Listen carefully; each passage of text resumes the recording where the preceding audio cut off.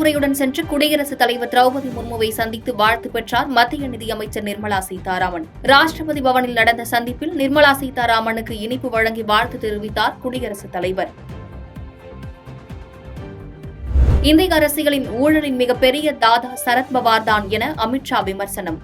ஊழலை தொழில்முறைப்படுத்திய மோசமான பெருமை சரத்பவாரையே சேரும் என்று புனேவில் நடந்த பாஜக கூட்டத்தில் பேச்சு. அமலாக்கத்துறையை கண்டித்து கர்நாடக சட்டப்பேரவை வளாகத்தில் காங்கிரஸ் கட்சியினர் போராட்டம். முதலமைச்சர் சித்தராமையா உள்ளிட்டோர் பதாகைகளை ஏந்தி முழக்கம்.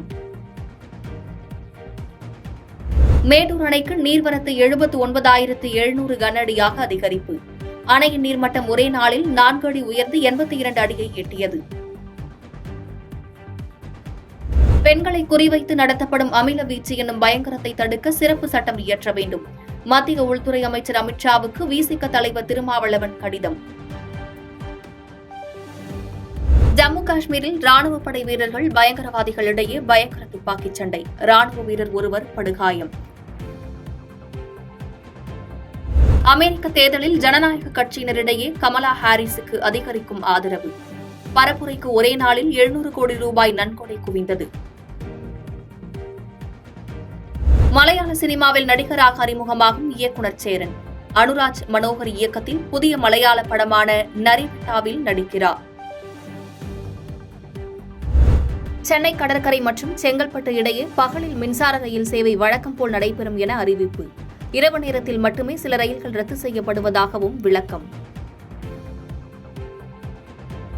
ராமேஸ்வரத்தை சேர்ந்த மேலும் 9 மீனவர்களை சிறைப்பிடித்தது இலங்கை கடற்படை.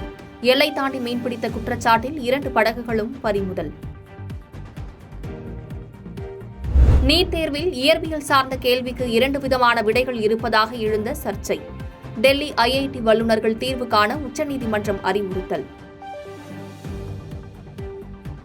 நில அபகரிப்பு வழக்கில் கைதான எம்.ஆர். விஜயபாஸ்கரை 2 நாட்கள் காவலில் எடுத்து விசாரிக்க அனுமதி. கரூர் அலுவலகத்தில் வைத்து விசாரணையை தொடங்கியது சிபிசிஐடி போலீஸ். பீகாருக்கு சிறப்பு அந்தஸ்து வழங்க முடியாது என்று மத்திய பாஜக அரசு திட்டவட்டம்.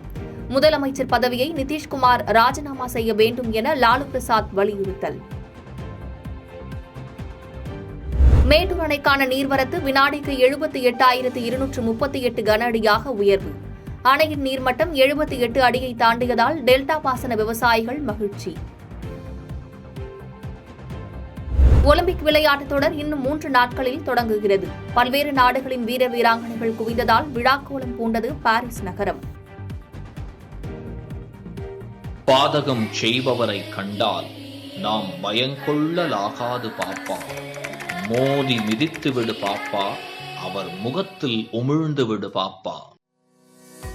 அண்மை செய்திகளை உடனுக்குடன் தெரிந்து கொள்ள இணைந்திருங்கள் இயம்நாடு தொலைக்காட்சியுடன்.